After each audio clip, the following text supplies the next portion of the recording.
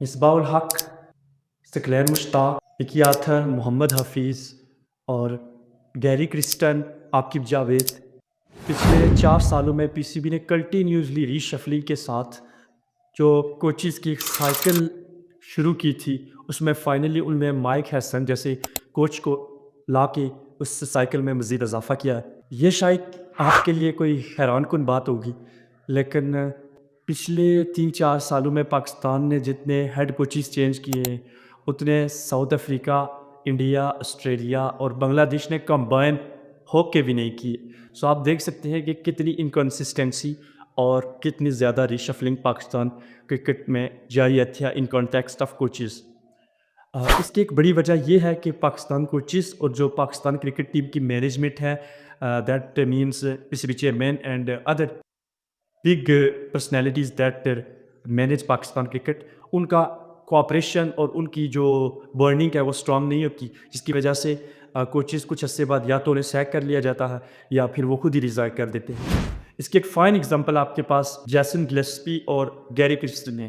جب انہیں لایا گیا تھا تو یہ پرومسز کیے گئے تھے کہ ان کے ساتھ 2 3 سال کا کانٹریکٹ ہے، ان کی جو پالیسیز ہیں ان کو فرسٹلی کنسیڈر کیا جائے گا، کیونکہ وہ obviously will be the main indicators. لیکن ان کو اس طرح سے سائڈ لائن کیا گیا کہ ان کی باتیں نہ سلیکشن میں مانی گئی اور نہ اسٹریٹجیز میں مانی گئی۔ تو آہستہ آہستہ یونٹی جب ٹیم میں ڈسٹرائے ہونے لگی، تو اس وجہ سے ان کی جو مینجمنٹ کے ساتھ بانڈنگ تھی وہ انتہائی کمزور پڑ گئے، اور ایٹ دا اینڈ ان کی اسی وجہ سے وہ ریزائن کر گیا۔ ڈیری کرسٹن نے بھی ریزائن کر لیا، اور جیسن گلیسپی نے تو یہاں تک کہہ دیا کہ اگر مجھے کبھی بھی پاکستان کرکٹ ٹیم کی کوچنگ کا موقع ملا تو میں نہیں کروں گا۔ سو آپ دیکھ سکتے ہیں کہ کس طرح سے پاکستان کرکٹ ٹیم کوچز کو مینیج کرتی ہے، تو یہ مینجمنٹ کی کمی تو ہے۔ اب بات کرتے ہیں مائک ہیسن کی۔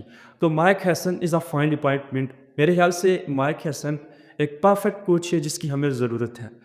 وہ ان کی خاص بات یہ ہے کہ ان نے، آپ تو ان کے بیک گراؤنڈ میں یہ جانتے ضرور ہوں گے کہ وہ پہلے سے کوچنگ کا بہت زیادہ ایکسپیرینس ہے ان کے پاس، ایون دو ان نے کبھی بھی فرسٹ کلاس کرکٹ بھی نہیں کھیلی۔ وہ 22 ایئرز آف ایج تھے کہ ان کو کوچنگ کرنی پڑی۔ اس کے بعد انہوں نے کینیا کی کوچنگ کی، پھر 2012 سے لے کر 2018 تک تقریباً 6 سال میں انہوں نے نیوزی لینڈ کی کوچنگ کی، اور اس میں وہ کافی حد تک کامیاب بھی رہے۔ آپ کو پتہ ہے 2015 کا ورلڈ کپ کیسے گزرا۔ اس طرح سے بہت زیادہ چینجز جو انہوں نے کیے ان کی پالیسیز میں، ان کو سیریز جتوائی outside of the New Zealand. تو ان برینڈن میکالم جو کہ ایک فائن بیٹسمین ہیں نیوزی لینڈ کے، انہوں نے پہلے بھی ایک دفعہ کہیں مینشن کیا تھا کہ مائک ہیسن ہے وہ ایک بیسٹ ایور کوچ ہے to coach New Zealand. Obviously ان کا ایک اچھا خاصا بیک گراؤنڈ ہے۔ اس کے علاوہ دوسری ان کی بگیسٹ اسٹریتھ یہ ہے کہ وہ ماڈرن ڈے کرکٹ کو سمجھتے ہیں۔ مختلف لیگز انہیں اپوائنٹ کرتی رہی ہے، مثال کے طور پر لیگز میں ڈفرینٹ فرینچائزز ان کو اپوائنٹ کرتی رہی ہے۔ مثال کے طور پر رائل چیلنجرز بنگلور نے IPL میں ان کو 3 4 سال تک ایز اے کوچ رکھا۔ پھر اس طرح سے کنگز 11 پنجاب کے ساتھ بھی وہ رہے۔ تو ابھی وہ کرنٹلی 2 ایئرز ہو چکے ہیں ان کو اسلام آباد یونائٹیڈ کے ساتھ، تو ان کو ایک ٹائٹل بھی جتوا چکے ہیں۔ سو ایک طرح سے ان کو جو کوچنگ کا جو ایکسپیرینس ہے ماڈرن ڈے کرکٹ کے حوالے سے اور شارٹر فارمیٹ میں، وہ اس بات کی گارنٹی دیتا ہے کہ he has that knowledge and he has that potential to deliver on biggest plate forms.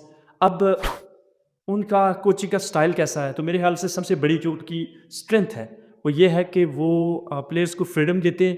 Players کی جو اسٹریٹجی ہوتی ہے ان کی پلینگ میں، وہ ان کی کافی بہترین ہوتی ہے۔ میں ان کے اکثر یوٹیوب پہ ان کا ایک چینل ہے، تو وہ میں ان کی انالیسس بھی دیکھتا ہوں، تو اس کے حوالے سے کہ کھلاڑیوں کو ان کی پلیسز دینا، ان کی جو پریفریبل پوزیشنس ہے ان پہ بیٹنگ کروانا، یہ ان کا پلس پوائنٹ ہے کہ وہ اس حوالے سے فریڈم دیتے ہیں۔ تو I hope this is something that he might bring Pakistan cricket too, کہ جو ہمارے اکثر T20 میں یہ ہوتا ہے کہ نمبر 5 کا بیٹسمین ہے تو وہ اوپن کر رہا ہے، یا نمبر ٹاپ آرڈر کا پلیئر ہے تو وہ مڈل میں کھیل رہا ہے، تو وہ اس چیز کو فکس کریں گے، کیونکہ مجھے امید ہے کہ وہ کرتے ہیں۔ اسلام آباد یونائٹیڈ کے ساتھ بھی ہم نے دیکھا ہے کہ وہ ایک کنٹینیوسلی ان کو فریڈم اور یونٹی کا ماحول ہے، تو it is good thing from his perspective.